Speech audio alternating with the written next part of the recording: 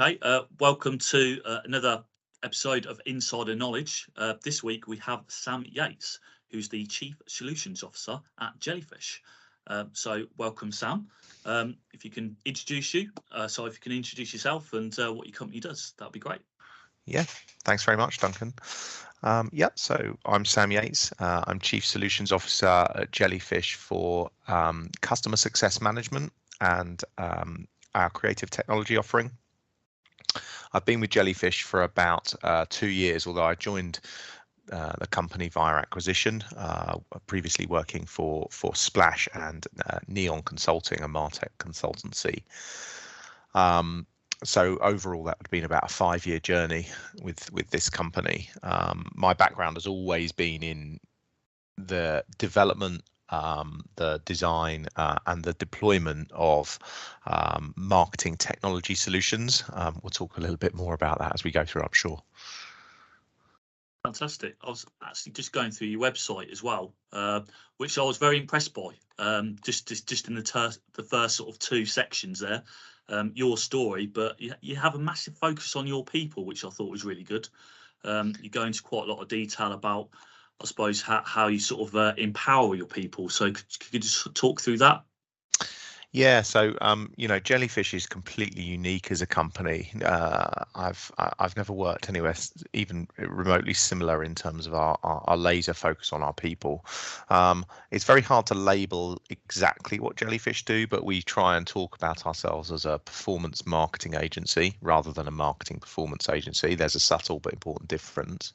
And if we're looking at performance across a wide spectrum of advertising channels these days, we're really having to look at that as a talent race. And obviously, we can talk about the acquisition of talent in the first place, but obviously the retention of talent over time is really, really important. So the focus is really very much on the individual.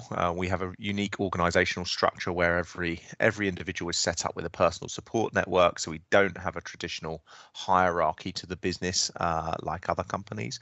And we also have a number of unique approaches to career progression, which are centered around putting the power in the hands of the individual. So each individual in the business is in charge of their own career progression, and the way that we recognize individuals is anonymized through a business case process, which is really revolutionary. It takes out all sorts of bias and challenge that a lot of people have with progression in traditional organization structures. And then, of course, we have a great infrastructure.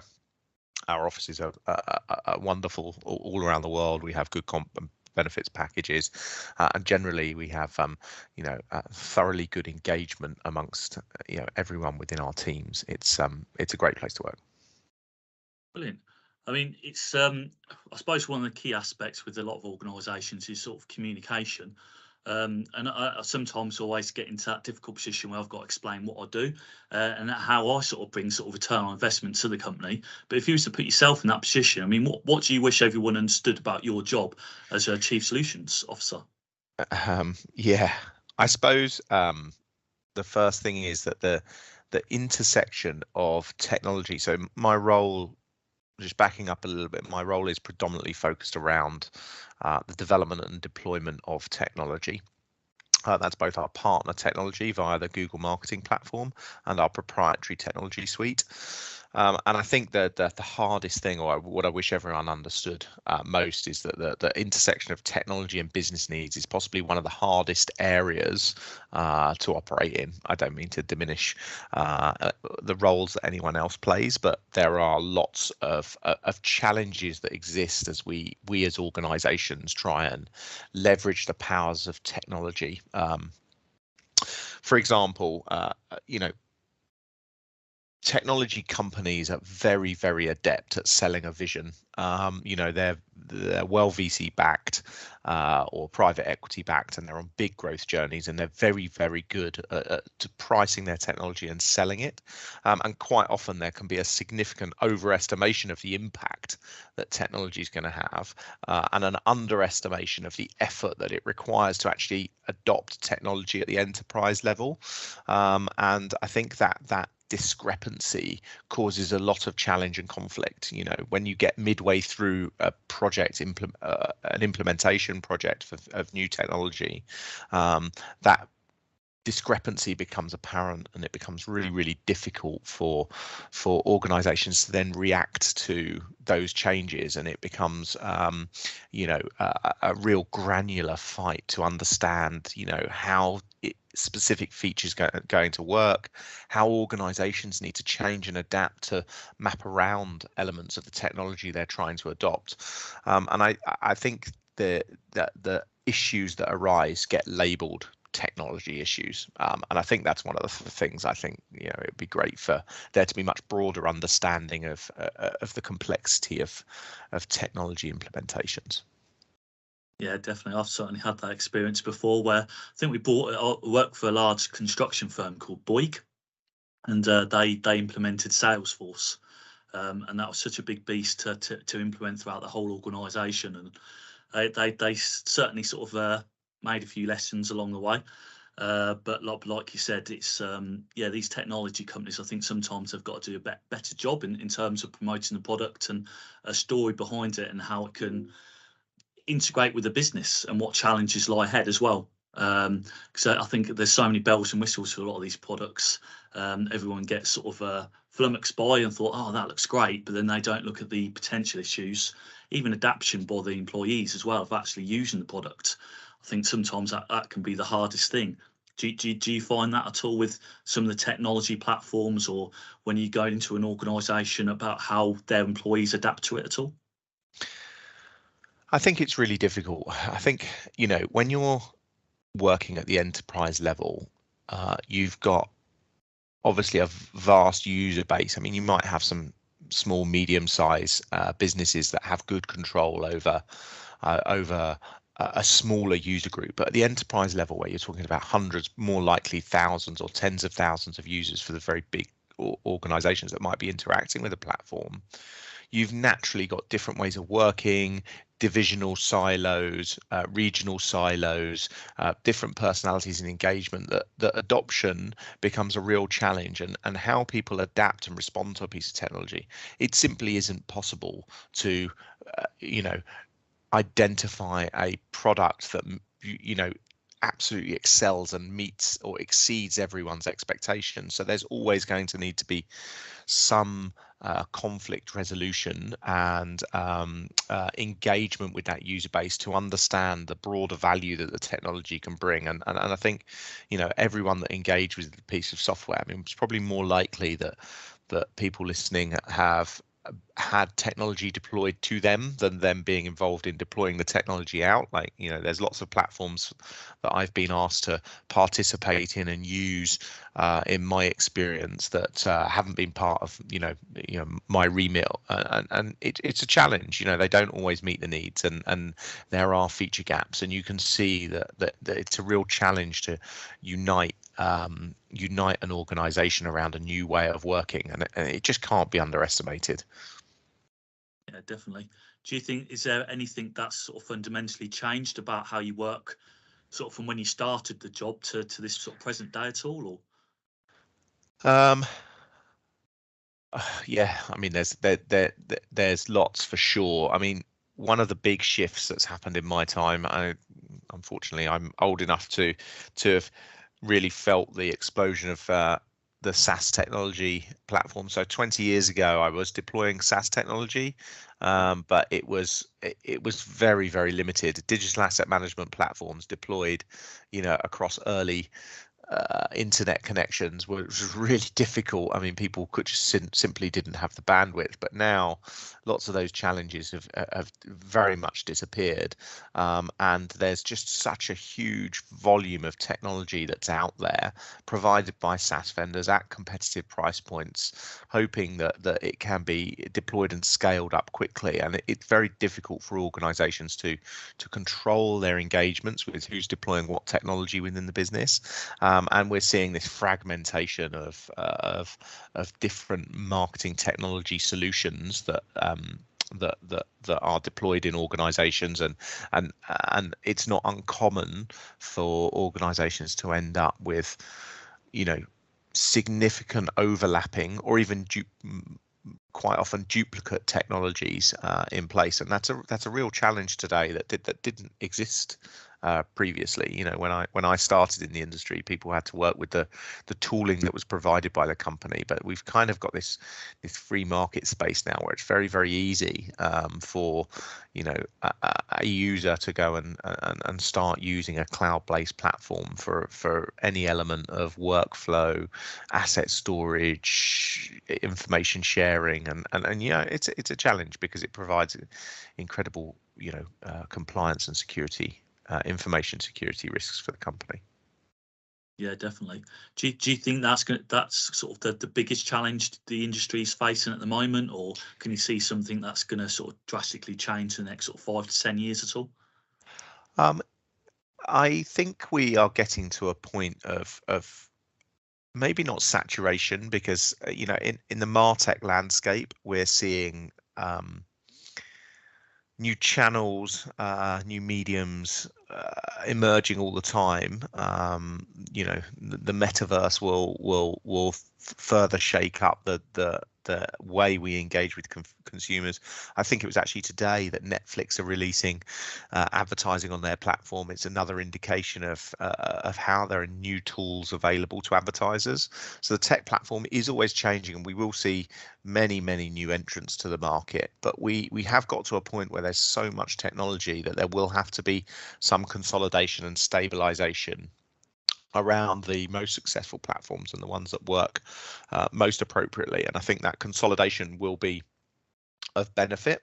I think also we're seeing marketing and marketing procurement organizations evolve at a rapid pace to be able to deal with the volume of technology vendors that they may need to, and I think that's a real positive step in controlling the ecosystem within marketing teams. You know, the rise of marketing operations is another, alongside, you know, the success marketing procurement teams are. We're seeing much clearer ownership of the platforms that's driving much better consistency and behavior.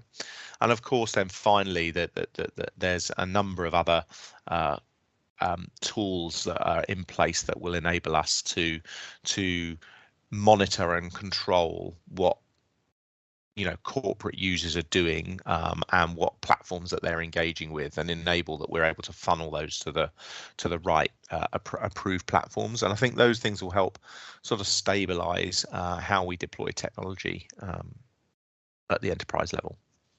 Yeah, of course. Well, with so many different platforms coming about and so many sort of different technologies you got to get used to, I suppose it makes it quite difficult to recruit the right talent as well. Especially if you're bringing across a system from, say, America to the UK for the first time, and then you need someone who's got experience of that particular platform. It makes it quite difficult. I mean, is there any sort of challenge you see in terms of recruiting talent in that regards then? Well, look, if you're deploying a technology platform, I mean, there's a lot of the products now have good go-to-market strategies. They either have an internal implementation team, a wide partner network that's available for organizations to leverage, or of course, enterprise clients are bringing in their own teams of project management resource, business analysts, and product specialists that can help through a change management program. So I think there is talent out there. It is a real challenge for organizations how they set themselves up. Firstly, I think there's a big discrepancy between the budgeted amount of what they think a change program will take and what it's actually going to do. The amount of projects I end up being involved with, where midway through or towards the latter part of the project, it becomes abundantly clear that the project's going to take twice as long and cost twice as much, because lots of things have been either missold or completely underestimated. It is part of the challenge. So I think the first step is recognizing what is going to be needed. And, you know, examples of that are, if you're going to bring a change management partner on board, so let's say you've got a professional platform implementation partner for the chosen technology, they can't do it on their own. It's unrealistic to think that the fee that you spend with them will will solve the problem and implement the technology. It's your organization at the end of the day, and I think that having the business engagement and business leadership in place to be able to drive and affect that change is critical. And then that does require a recruitment challenge. It's not purely a project management task or a business analyst task or a practitioner task. You know, it requires someone that does have acute knowledge of the domain that they're supporting. If you're implementing, I mentioned digital asset management before, or e-commerce, or media planning, or any data or CRM platform, you're going to need people that have really got acute subject matter expertise in those technologies to be able to support that program of change at enterprise level if you want it to be a success. And it's painful for organizations to do that, because you've got to be realistic and honest about what the investment of change is going to be, and that actually kills many opportunities from the outset. It becomes very, very hard to justify if you're realistic about those costs. But I would argue that would vastly outweigh the changes and difficulties of overcoming a failed project. If you have to pull away from a vendor midway through an implementation and go back to market, all of that investment it becomes waste, and that's really rife in the industry. I've seen it time and time again. So linking back to recruitment, if we're honest about those challenges and being realistic about the budget, there really is a skills need for organizations to overcome. And I think it's great to have recruitment talent partners in place that can do a lot of the heavy lifting of candidate sourcing, and I think that's really, really important. But I think if you're looking at being a leadership level person in charge of a big technology implementation program, you've got to commit the time to the recruitment process and be really honest with yourself and the candidates, and make sure that you spend time actually screening resumes and CVs in detail, that you have a thorough recruitment process, that you do reference and you do get into the detailed nuance and experience that someone's been through before, because if you find that the right people with the right subject matter expertise, it will be a real anchor point for the project moving forward. Brilliant. Okay, well, that's great. I mean, you certainly gone into quite a lot of sort of a detail there, and that's, I say, going through your website as well, it looks brilliant from a candidate point of view. If anyone's looking to join your company, I definitely can see a lot of reasons why people would sort of get in contact with you, and sort of definitely enjoy working with yourselves as well. I mean, what I suppose a good question I always like to ask people is, what made you join Jellyfish? Was there anything that stood out in terms of whether that's their branding, or maybe a particular process or a particular person that made you join the company? Was there anything that kind of stood out at all? Okay, so I mentioned earlier, I joined via acquisition. So in part, it would be easy for me to dodge this question and say, well, it wasn't my choice, right? The company was sold that I worked for. But I was part of the leadership team that worked through the sale process. And we're in the fortunate position of being able to really look at the offers that were made for the business at the time and make a choice. We chose Jellyfish because the cultural fit was really, really strong. The ambition is certainly there, and I think the growth journey has been superb from that perspective. I feel like we're only at the start of that journey as well. So although we're a sizable company with 2,500 employees, or jellies as we call them internally, and 40 plus offices is globally, we're really starting to feel like there's some market movement and traction around what we're about and how we're trying to drive change.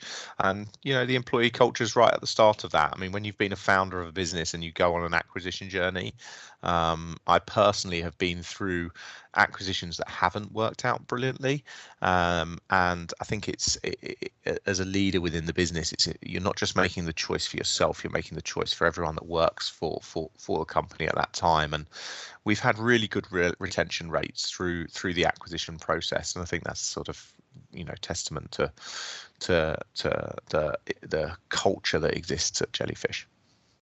Brilliant. Okay, well, look, we're going to end it there, but I thank you very much for your time. It's been very insightful, and I wish you best of luck for the future, Sam. Brilliant. Thanks, Duncan. Always a pleasure.